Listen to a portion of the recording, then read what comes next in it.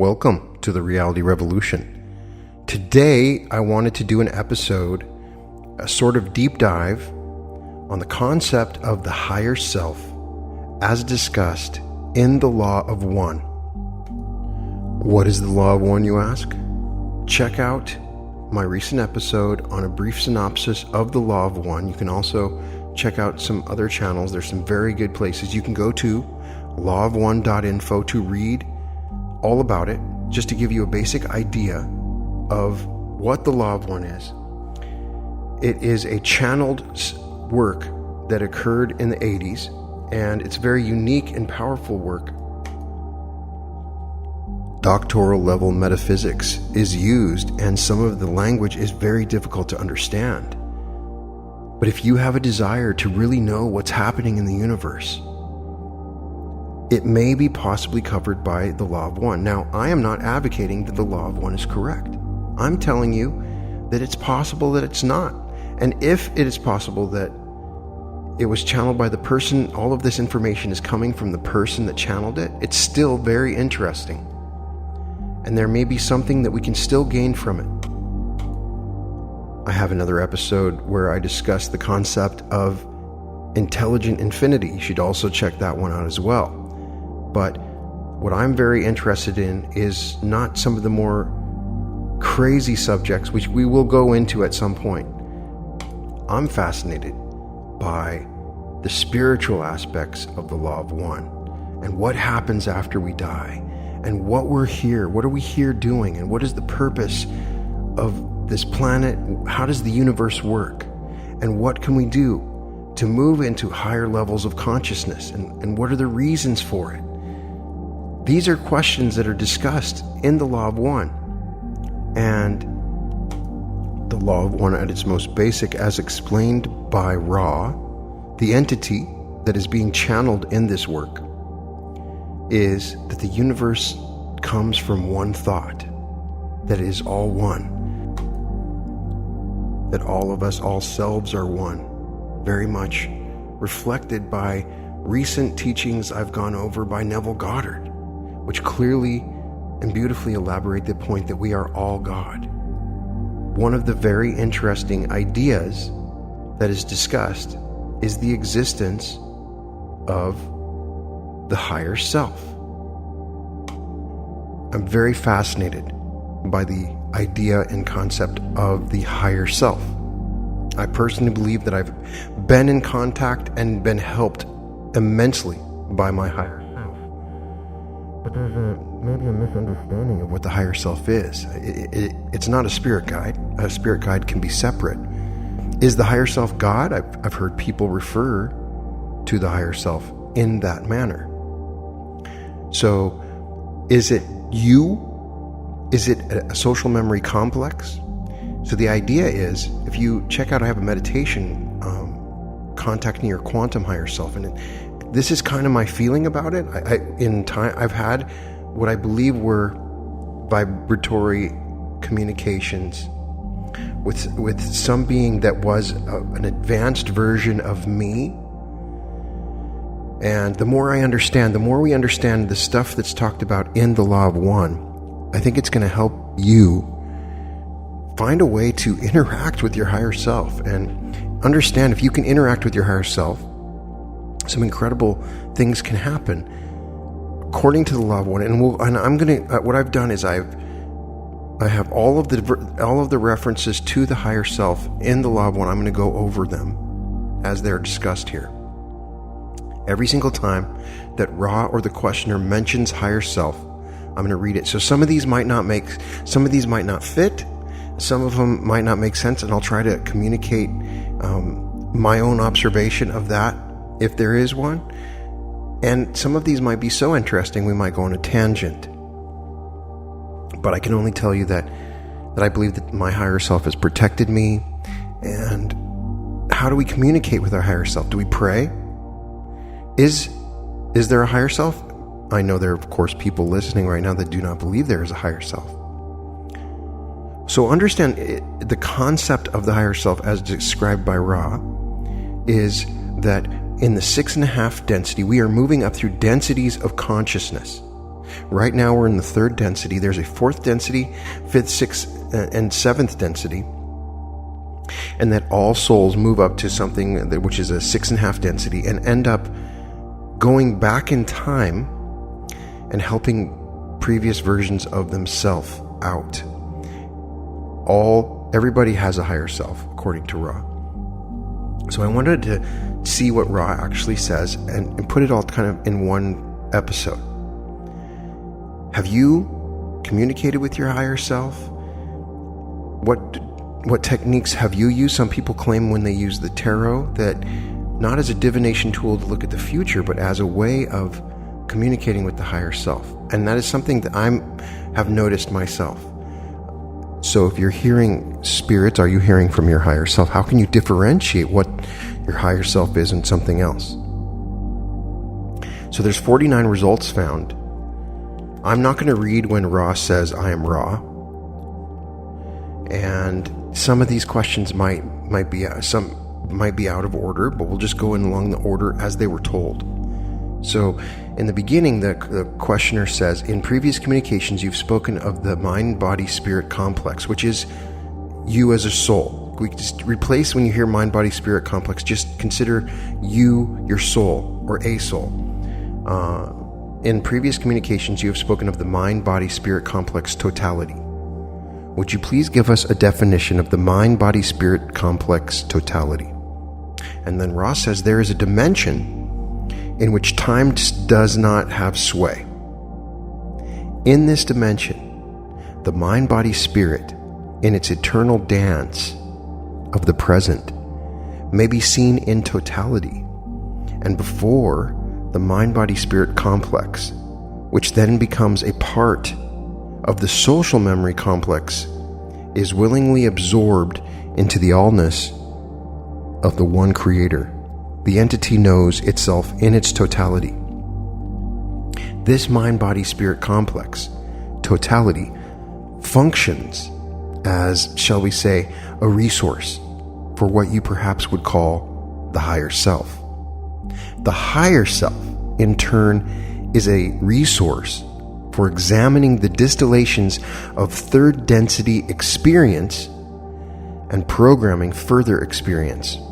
There is also true of densities 4, 5, and 6, with the mind-body-spirit complex totality coming into consciousness in the course of 7th density. Now, check out my episode on explaining what the Law of One.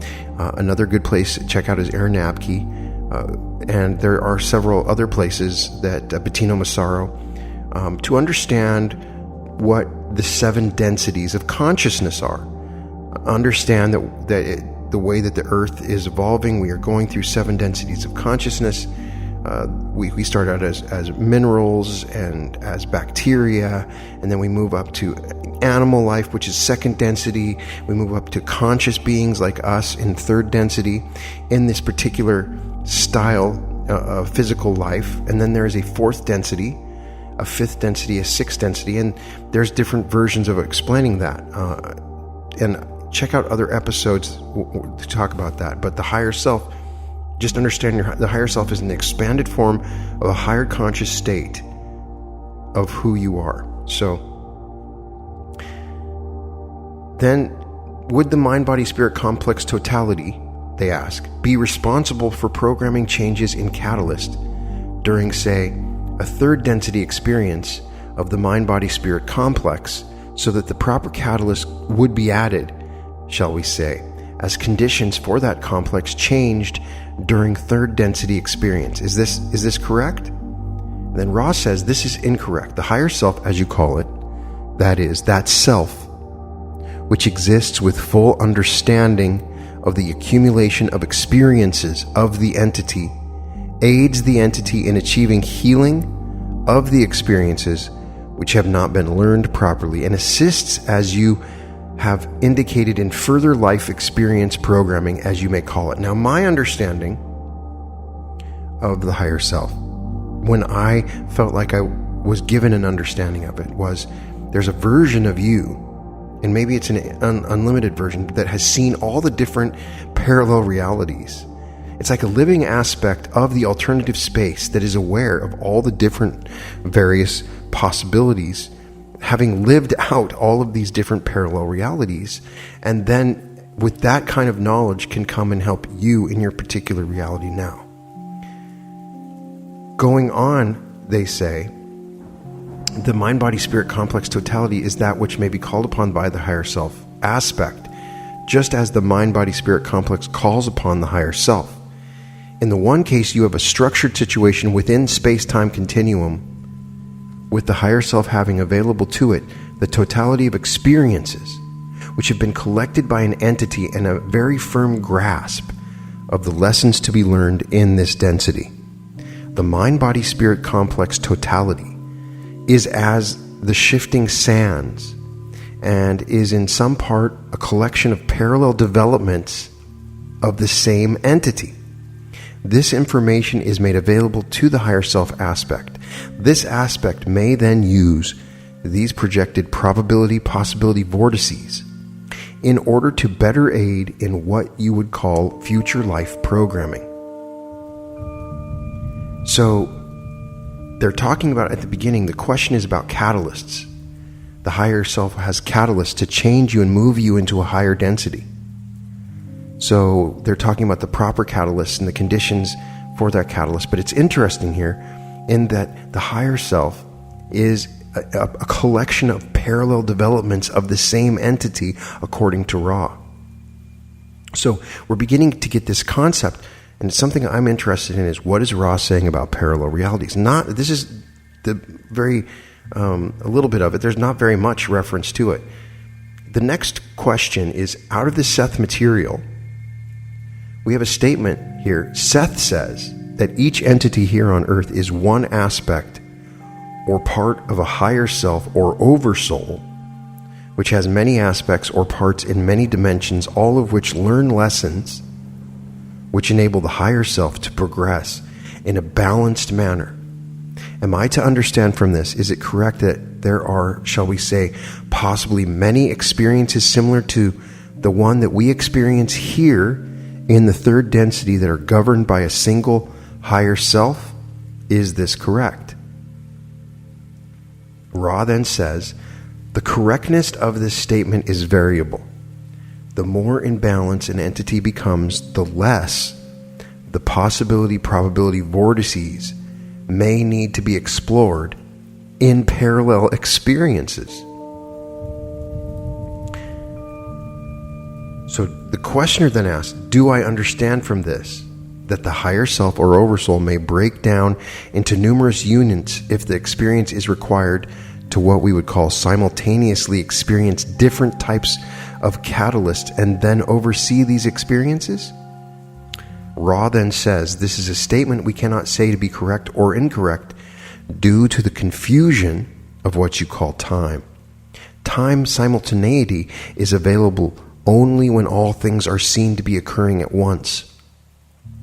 This overshadows the concept of which you speak, the concept of various parts of the being living experiences of varying natures simultaneously is not precisely accurate due to your understanding that this would indicate that this was occurring with true simultaneity. This is not the case. The case is from universe to universe, and parallel existences can then be programmed by the higher self, given the information available from the mind-body-spirit complex totality regarding the probability, possibility vortices at any crux.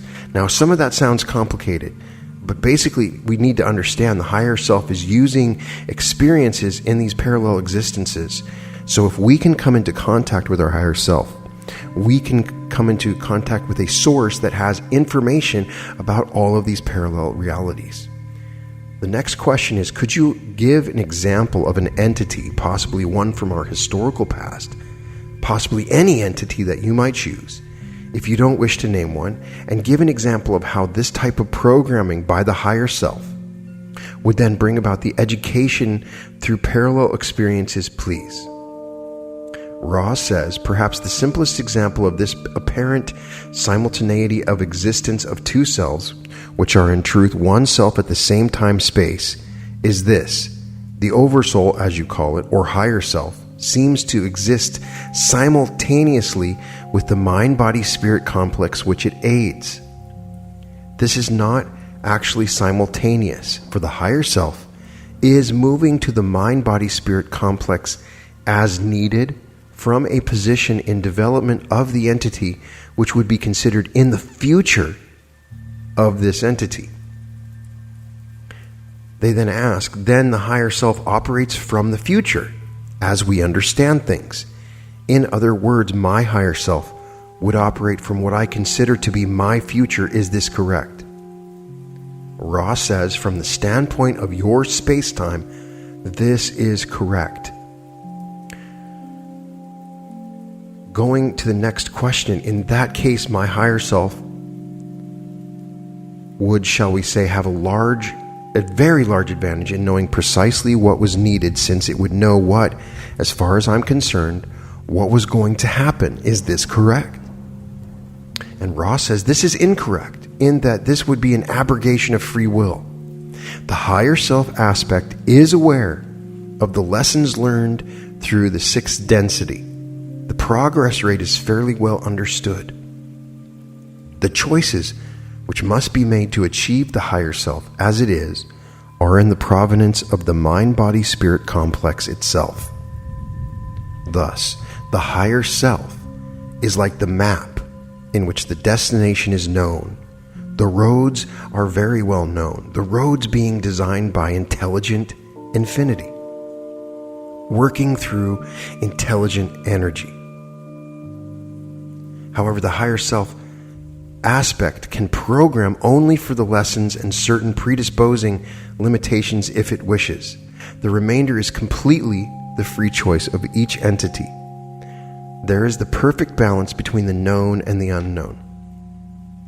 So again, the higher self is like the map in which the destination is known.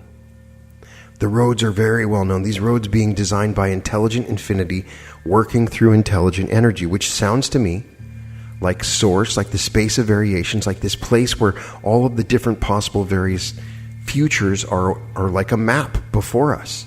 And the higher self is the map. So they then ask, I'm sorry for having so much trouble with these concepts, which I agree with him, but they are pretty difficult to translate, I am sure, into our understanding in language. And some of my questions may be rather ridiculous, but does the higher self have a physical vehicle or some type of vehicle like our physical vehicle? Does it have a bodily complex? And then Ross says this is correct.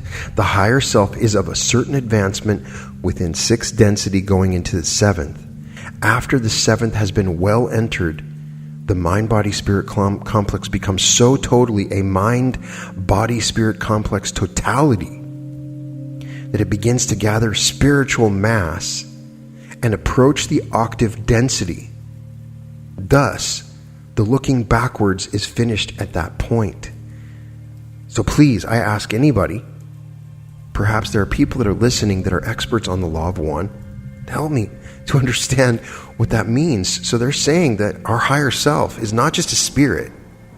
This has a body like you. It's living in a bodily density.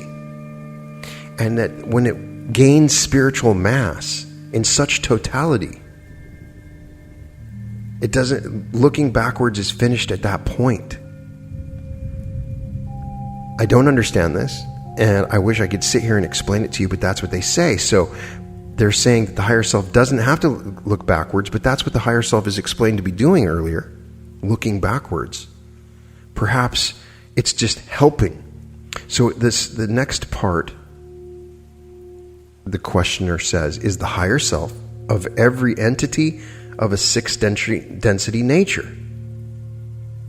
Ross says this is correct. This is an honor duty of self to self as one approaches seventh density. Well, the questioner goes on, well, let me be sure I understand this then. We have spoken of certain particular individuals, For instance, we were speaking of George Patton in a previous communication. Then his higher self at that time of his incarnation, here as George Patton about 40 years ago, his higher self was at that time 6th density. Is that correct? Ra says that this is correct.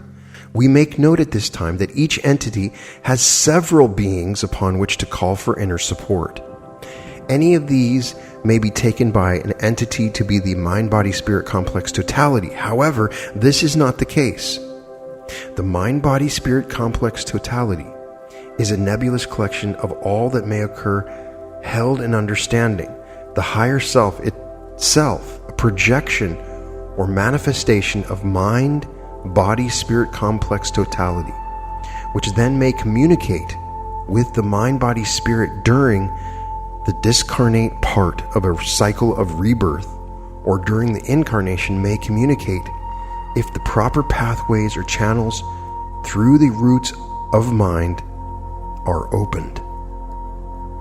And so here we are told that that does exist in the 6th density, and that we can also gain help from other entities for inner support, meaning we can have spirit guides, meaning we can have guardians as referred to in reality transurfing.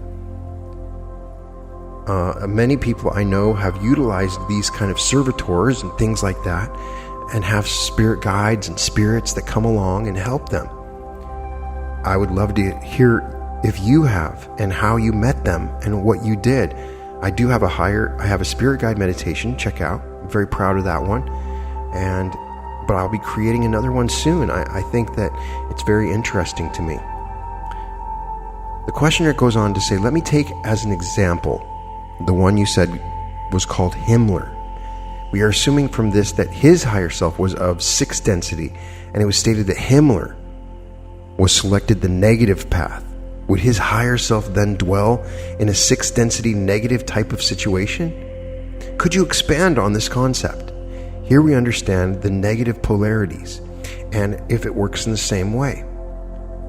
And Ra then goes on to say there are no negative beings which have attained the oversoul manifestation, which is the honored duty of the mind-body-spirit complex totality of late 6th density, as you would term it in your time measurements. These negatively oriented mind-body-spirit complexes have a difficulty which to our knowledge has never been overcome, for after 5th density graduation wisdom is available, but must be matched with an equal amount of love. This love light is very difficult to achieve in unity when following the negative path, and during the earlier part of the 6th density society complexes of the negative orientation will choose to release the potential and leap into 6th density positive. Therefore, the oversoul, which makes its understanding available to all who are ready for such aid, is towards the positive. However, the free will of the individual is paramount, and any guidance given by the higher self may be seen in either the positive or negative polarity, depending upon the choice of a mind-body-spirit complex. So remember this. At some point in time, if you were to choose the negative path, it will always end up moving back towards the positive path sometime in your future. It's the way the universe is created. That's why love is so much more powerful, and the polarity towards service to self is much more difficult, and they do not ever move towards 7th density. So I'm sure that they will claim the opposite of it. But what I am saying in this particular case also from this example that's given is remember that your higher self cannot abrogate your free will. So you may ask questions or guidance from your higher self. Do not ask your higher self for something that will violate your free will. If you remember that, I think you can get into a better relationship with your higher self, if that makes any sense. So they go on to ask, then using Himmler as an example, was his highest self at that time he was incarnate in the 1940s, a 6th density positively oriented higher self? Now Himmler was an evil Nazi. So they're trying to get an understanding how this evil Nazi, at some point in his incarnations, is a positively oriented higher self. And Ra says this is correct, that They go on to ask, was Himmler in any way in contact with his higher self at that time while he was incarnate in the 1940s? So they're asking a question that's interesting. How does people on the service to self stay in contact with their higher self? And Ra then says, we remind you that the negative path is one of separation. What is the first separation? The self from the self. The one known as Himmler did not choose to use its abilities of will and polarization to seek guidance from any source, but its conscious drives, self-chosen in the life experience and nourished by previous biases created in other life experiences. The questioner then asks, well then, let's say that when Himmler, for instance, reaches sixth density, negative at the beginnings of the sixth density negative, at this time, would it be the case that an entity would realize that his higher self is sixth density positively oriented, and for that reason make the jump from negative to positive orientation? Ross says this is incorrect. The sixth density negative entity is extremely wise. It observes the spiritual entropy occurring due to the lack of ability to express the unity of sixth density, thus loving the Creator and realizing at some point that the Creator is not only self, but other self as self. This entity consciously chooses an instantaneous energy reorientation so that it may continue its evolution. I've done a lot of episodes on Neville Goddard recently on my channel. And what I think is amazing about Neville Goddard, I know it's unrelated, but Neville Goddard was preaching moving into sixth density, seventh density teachings, meaning skipping from third to seventh density, becoming God, which is what they're talking about happens there. So they go on to say, I'm a little fuzzy on a point with respect to higher self. Now we each, I am assuming, have a separate or different higher self at sixth density positive level. Is this correct? Each of us in the room, that is, here, the three of us. Ross says this shall be the last question. So they go on to say, firstly, it is correct that each in this dwelling place has one oversoul, as you may call it. However, due to the repeated harmonious interactions of this triad of entities, there may be seen to be further harmonious interaction between the three entities' higher selves. That is, each social memory complex has an oversoul of a type which is difficult to describe to you in words. In this group, there are two such social memory complex totalities blending their efforts with your higher selves at this time. Now, that makes no sense. They're talking about social memory complexes also interacting with the higher selves. Let me read that again. It is correct that each in this dwelling place, he's talking about the people, there's three people that are interviewing Ra. He's saying that each in this dwelling place has one oversoul, as you may call it. However, due to the repeated harmonious interactions of this triad of entities, there may be seen to be a further harmonious interaction besides the three entities' higher selves. That is, each social memory complex has an oversoul of a type which is difficult to describe to you in words. In this group, there are two such social memory complex totalities blending their efforts with your higher selves at this time. Still, I don't quite get that, because are the higher selves the social memory complexes? My question to people listening is, are the higher selves the social memory complex? My opinion is that what appears to be happening is that these become social memory complexes, but I'm not sure.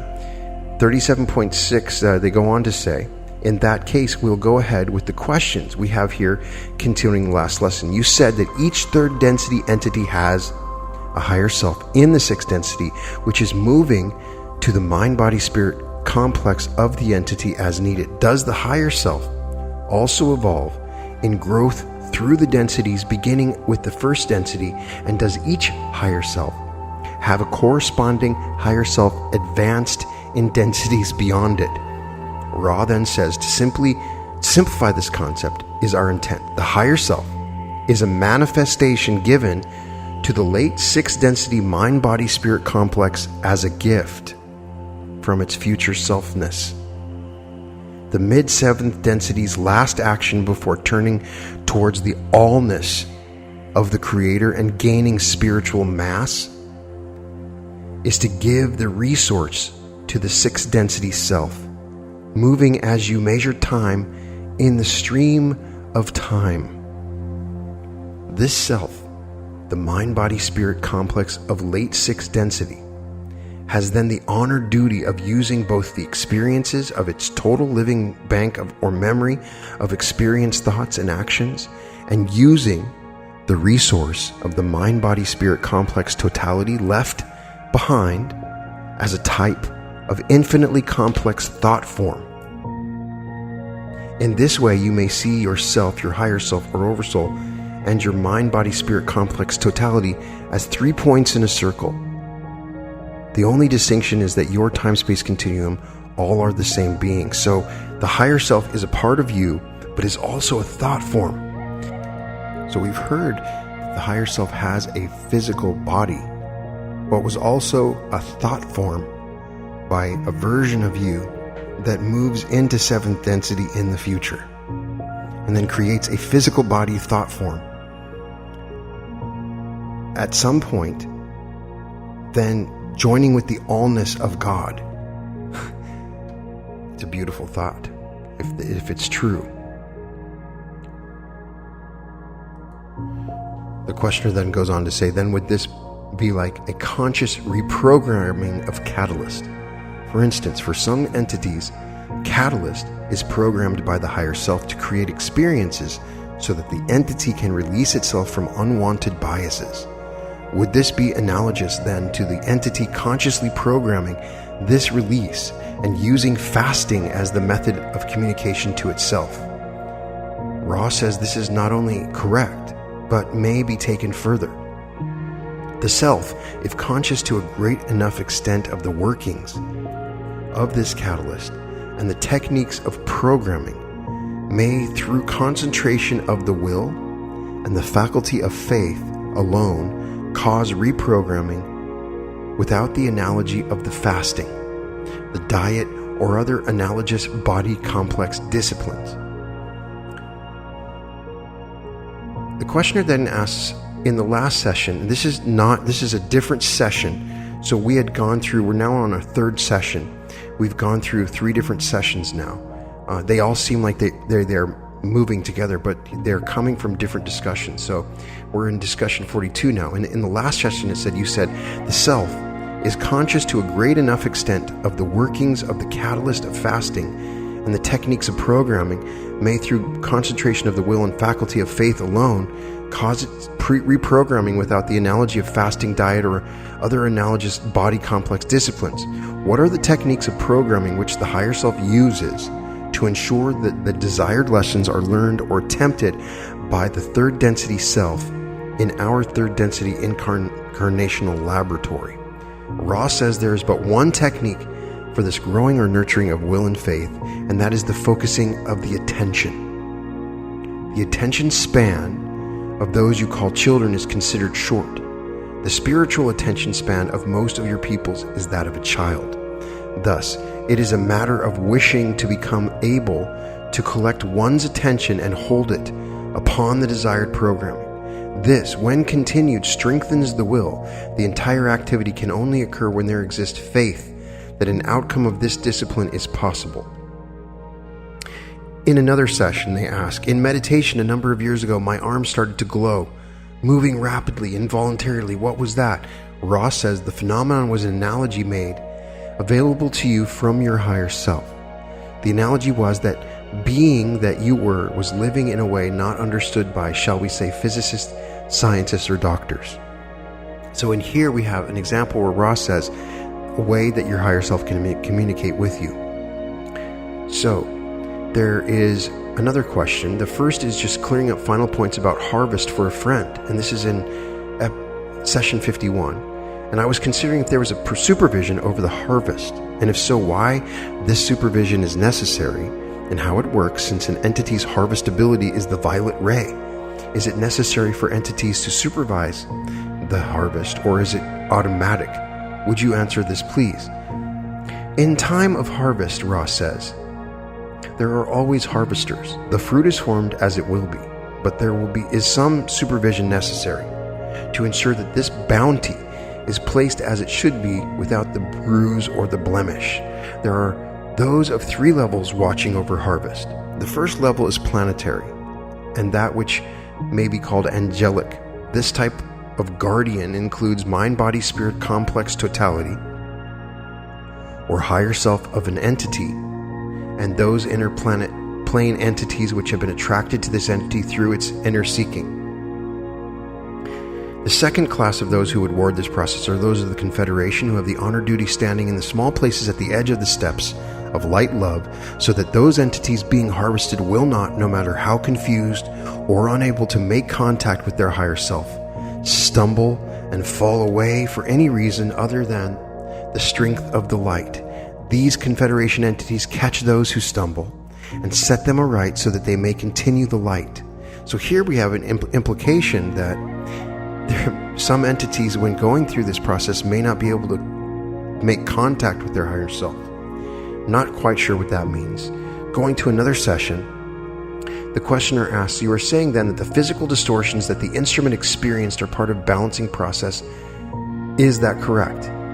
And they go on to say, this is why we suggest the instrument's thoughts dwelling upon the possibility of suggesting to its higher self the possibility of some slight reservation of energy at a working.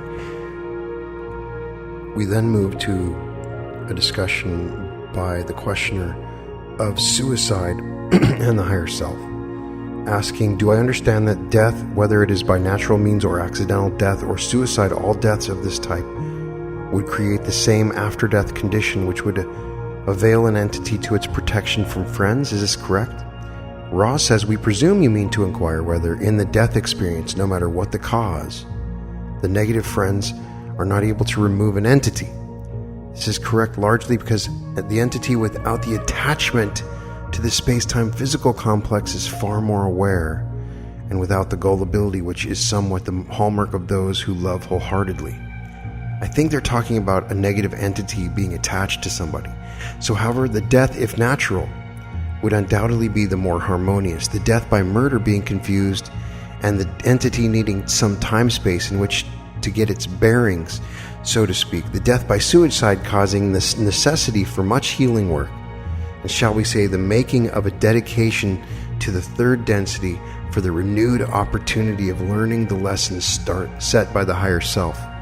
So I guess there's a warning in here that suicide will put you back. So the next question is, can you tell me of the situation that the wanderer finds itself in, and why the path back cannot be the simple moving back into the same value of positive time-space? So this is a question about why the wanderer just can't go directly back.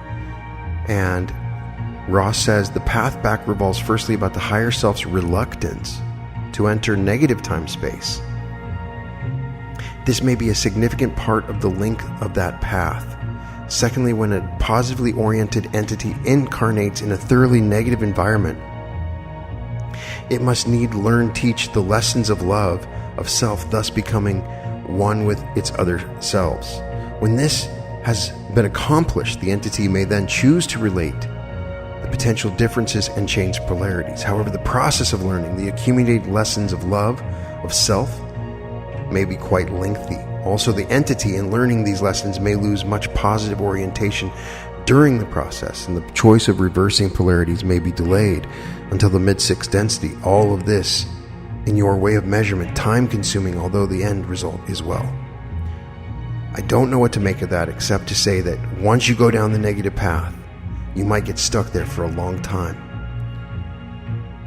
They ask, you said the higher self is reluctant to enter negative space-time. Now, this is a concept they've mentioned before, the idea of negative space-time. I do not know entirely what that means. The answer is the incarnative process involves being incarnated from time-space to space-time. This is correct. Then the questioner asks, then the positively polarized entity, when first moved into time-space of a negative polarization, experiences nothing but darkness. Then on incarnation into negative space-time by the higher self, it experiences a negative space-time environment with negatively polarized other selves. Is that correct? This is correct. In another session, they asked, in the last session, Ross stated the path back from 6 density negative time-space revolves, firstly, about the higher self's reluctance to enter negative time-space. Could you explain the higher self's position with respect to positive and negative time-space, and why it is so reluctant to enter negative time-space, that it is necessary for the mind-body-spirit complex to incarnate in negative space-time to find its path back? In brief, Ross says, we have answered your own query. Please question further. So they say, why is the higher self reluctant to enter negative time-space? Ross says the higher self is reluctant to allow its mind-body-spirit complex to enter negative time-space for the same basic reason an entity of your social society complex would be reluctant to enter a prison. The questioner says, what I'm trying to understand here is more about the higher self and its relationship with the mind-body-spirit complex. Does the higher self have a 6th density mind-body-spirit complex that is a separate unit from the mind-body-spirit complex that is, in this case, displaced to negative time-space? Ross says this is correct. The higher self is the entity of mid-6th density, which, turning back, offers this service to itself. The questioner says, I think I have an erroneous concept of the mind-body-spirit complex.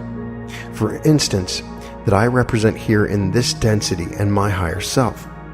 The concept probably comes from my concept of space and time. I'm going to try to unscramble it. The way I see it right now is that I'm existing in 2 different locations. Here and in mid-6th density. Is that correct? Ross says you are existing at all levels simultaneously. It is specifically correct that your higher self is you in mid-6th density, and in your way of measuring what you know of as time, your higher self is yourself in your future. Am I correct in assuming that all of the mind-body-spirit complexes that exist in the levels below mid-6th density have a higher self in the mid-6th density? This is correct. The questioner says, would an analogy for the situation be that individual's higher self is manipulating, to some extent, shall I say, the mind-body-spirit complex that is its analog? You might say, to move it through the lower densities for purposes of gaining experience, and then finally transferring that experience or amalgamating it, you might say, to mid-6th density with the higher self. This is incorrect, Ross says. The higher self does not manipulate its past selves. It protects when possible and guides when asked. But the force of free will is paramount. The seeming contradictions of determinism and free will melt when it's accepted that there is such a thing as true simultaneity. The higher self is the end result of all development of experience of the mind-body-spirit complex to that point. Then we are looking at is a long path of experience, the questioner says, through the densities up to mid-6th density, which are a function totally of free will, and result in the awareness of the higher self in mid-6th density. But since time is illusory, and there is a, shall I say, unification of time and space, or an eradication of what we think of as time, then all of this experience that results in the higher self, the cause of the evolvement through the densities, is existing while the evolvement takes place, since it's all simultaneous. Is that correct? Ross states we have refrained from speaking of correctness due to our understanding of the immense difficulty of absorbing the concepts of metaphysical existence. In time/space, which is precisely as much of yourself as is space/time, all times are simultaneous, just as in your geography. Your cities and villages are all functioning, bustling, and alive with entities going about their business at once. So it is in time-space with the self. So there's a distinction being made by Ra of time-space and space-time. And I'm not entirely clear on it. I don't want to sit here and claim to be an expert. So is time-space the idea that all of time exists in one area in time-space, and space-time? I don't know. If you have an idea, put it in the comments. Let the comments be a laboratory for further learning of the law of one. The higher self existing in mid-six density seems to be the point where the negative and positive past experience merge into one. Is there a reason for this? Ross says we have covered this material previously, as we have. The questioner says, oh yes, sorry about that. It slipped my mind. Now, if a positive entity is displaced to negative time-space, I understand that the higher self is reluctant to enter the negative time-space. And for some reason, this makes it necessary for the mind-body-spirit complex to incarnate in negative space-time. Why is it necessary for this incarnation in negative space-time?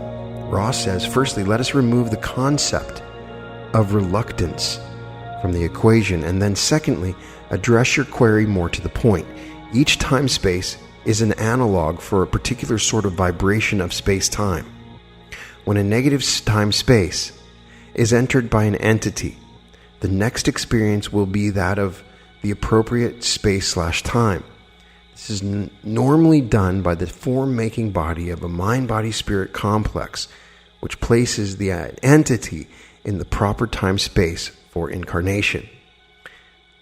Questioner goes on to say, as an entity goes through the death process in third density and finds itself in time-space. So we now know time-space is referred to as what happens after death. It finds itself in a different set of circumstances. Would you please describe the properties or circumstances of time-space, and then the process of healing of incarnative experiences that some entities encounter? Ross says, although this query is difficult to answer adequately due to the limitations of your space-time sound vibration complexes, we shall respond to the best of our ability. The hallmark of time-space is the inequity between time and space.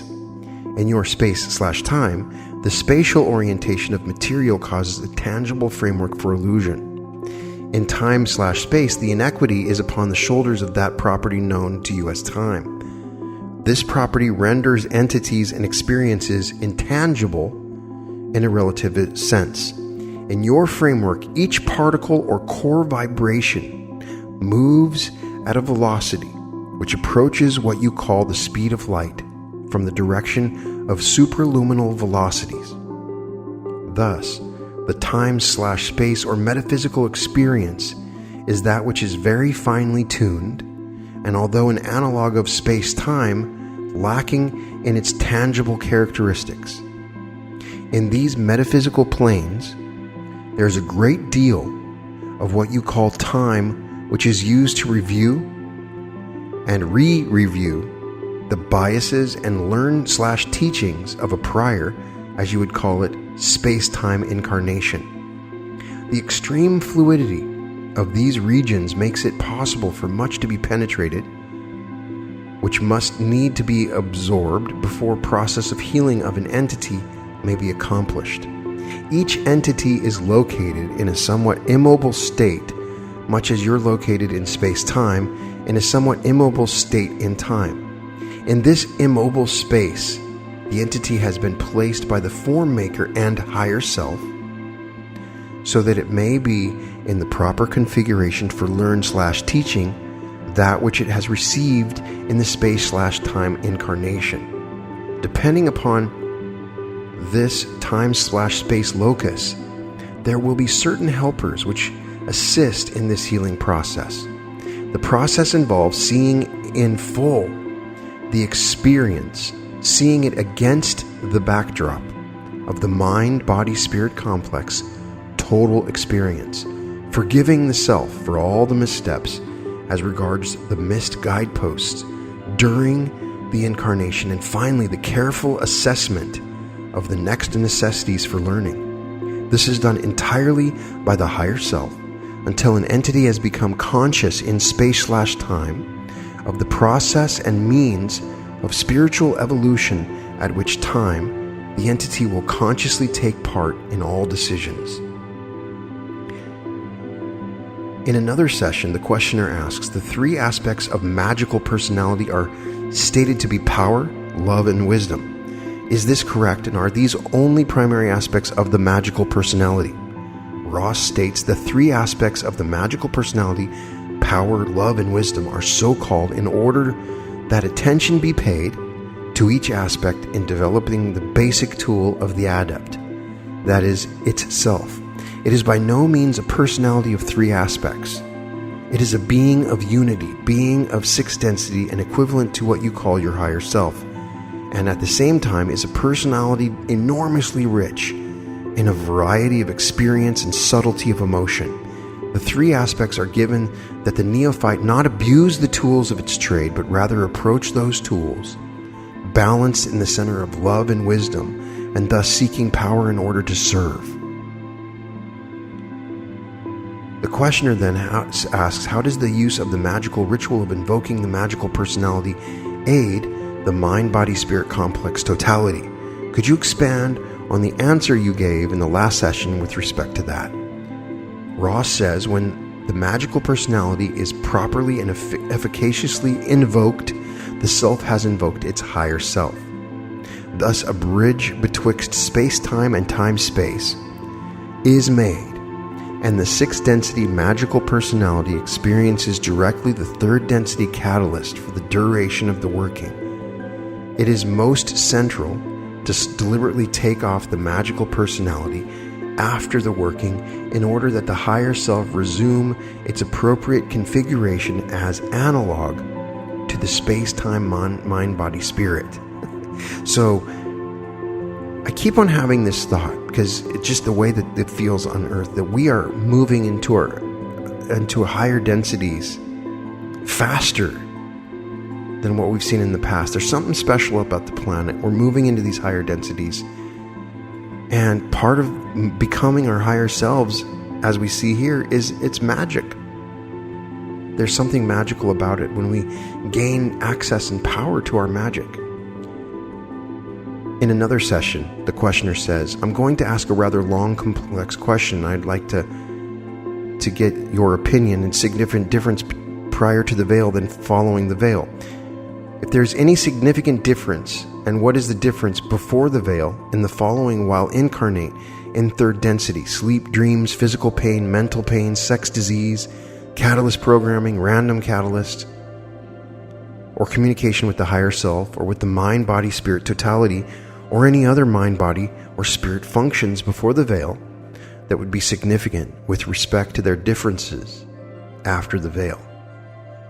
Ross says, first let us establish that before and after the veil, the same conditions existed in time-space. That is, the veiling process is a space-time phenomenon. We're talking about, so I think that Ross here is talking about when we forget, when we move into a new incarnation, and the unveiling when we die. Ra goes on to say that, secondly, the character of experience was altered drastically by the veiling process. So what they're talking about here is why we are putting through this process of forgetting our past lives. And in some cases, Ross says, such as dreaming and the contact with the higher self, the experience was quantitatively different due to the fact that the veiling is a primary cause of the value of dreams and is also the single door against which the higher self must stand awaiting entry. Before veiling, dreams were not for the purpose of using the so-called unconscious to further utilize catalyst, but were used to learn, teach from teach-learners with the inner planes as well as those of outer origin of higher density. As you deal with each subject of which you spoke, you may observe during the veiling process not a quantitative change in the experience but a qualitative one. Let us, as an example, choose your sexual activities of energy transfer. If you have a desire to treat other subjects in detail, please query forthwith. In the instance of the sexual activity of those not dwelling within the veiling, each activity was a transfer. There were some transfers of strength. Most were rather attenuated in the strength of the transfer due to the lack of veiling. Okay, I'm starting to lose an understanding of this particular passage. In the third density, entities are attempting to learn the ways of love. If it can be seen that all are one being, it becomes much more difficult for the undisciplined personality to choose one mate and thereby initiate itself into a program of service. It is much more likely that the sexual energy will be dissipated more randomly without the greater joy or great sorrow depending on these experiences. Therefore, the green ray energy transfer being almost without exception the case in sexual energy transfer prior to veiling, remains weakened and without significant crystallization.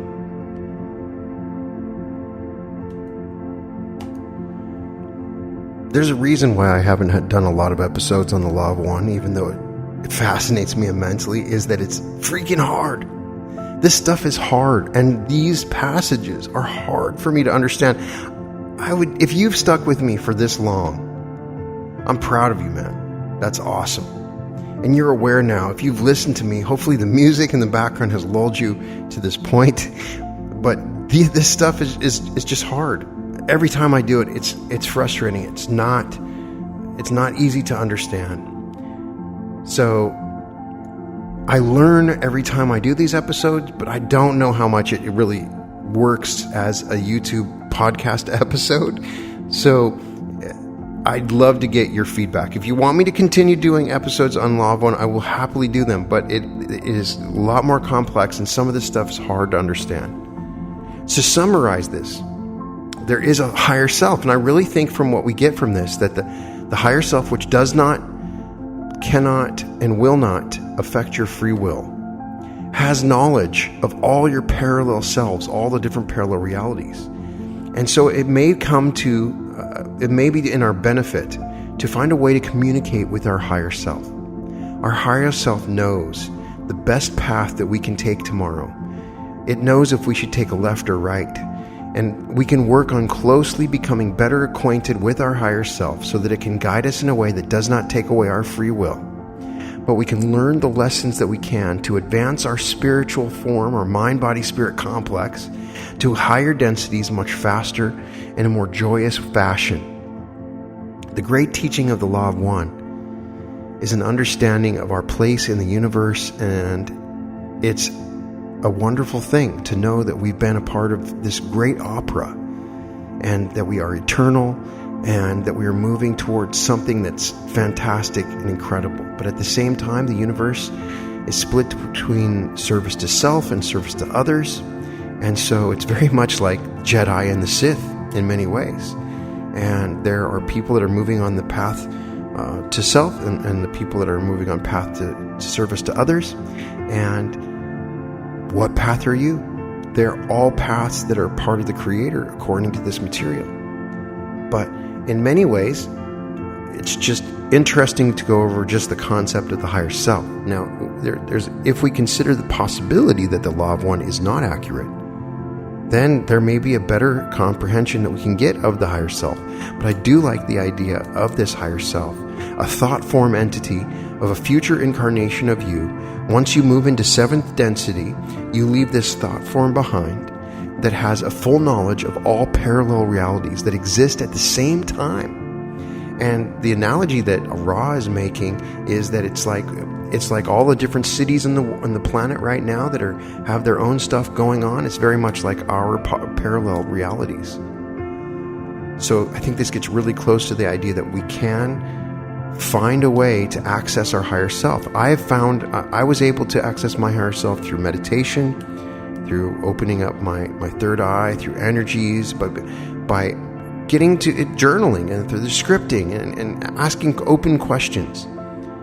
Sometimes I will ask out loud, and I'm asking my higher self. And so I would love to know if anybody that is listening or watching this episode has had experience in reaching or communicating with your higher self.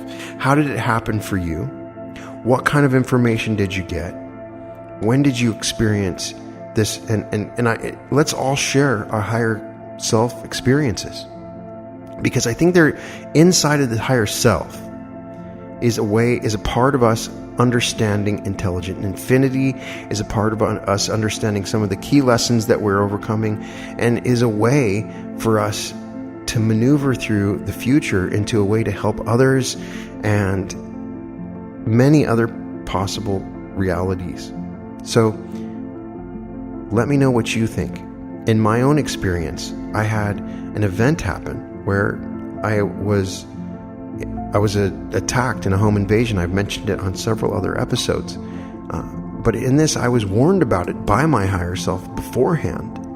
I was not told what to do, but I did feel as if I just let go, and it was like I was given information as to the appropriate ways to get past certain things. I can't explain it. So you can get information from your higher self that can save your life. Your free will is not violated. If your life's being saved, the higher self's not going to say you got to do this, but your higher self wants to help you. And so there are some great meditations that you can find on YouTube that are wonderful about talking with your higher self. I try to integrate the higher self in many I've done it in several of different meditations. In my recent writing, the Starship Infinity meditation includes a place where you kind of access your higher self. There's many different ways, and I don't think there's one exact way. I think that we're constantly accessing our higher self. And I was very fortunate to be in a conscious state where I could access my higher self more vividly. And I haven't been able to reach it very often. I feel like maybe a couple times. And so it's something that once you do have that experience, you want to have it again. So I'll try to create another meditation here soon based on some of what I've got here. And if anybody has any recommendations for a meditation, I'd love to hear them. But in any case, it's always a joy that you join me on these experiences of understanding and learning. I'm learning just like a student when I do this. And in the process of me going over this with you, I learn. And I hope that it helps you to learn as well. So let me know if you have any questions. Feel free to leave any questions in the comments, and I'll do my best to try to answer them. Let me know if you have any need for coaching. You can go to advancedsuccessinstitute.com. All episodes of The Reality Revolution can be found at therealityrevolution.com. Thank you so much, and welcome to The Reality Revolution.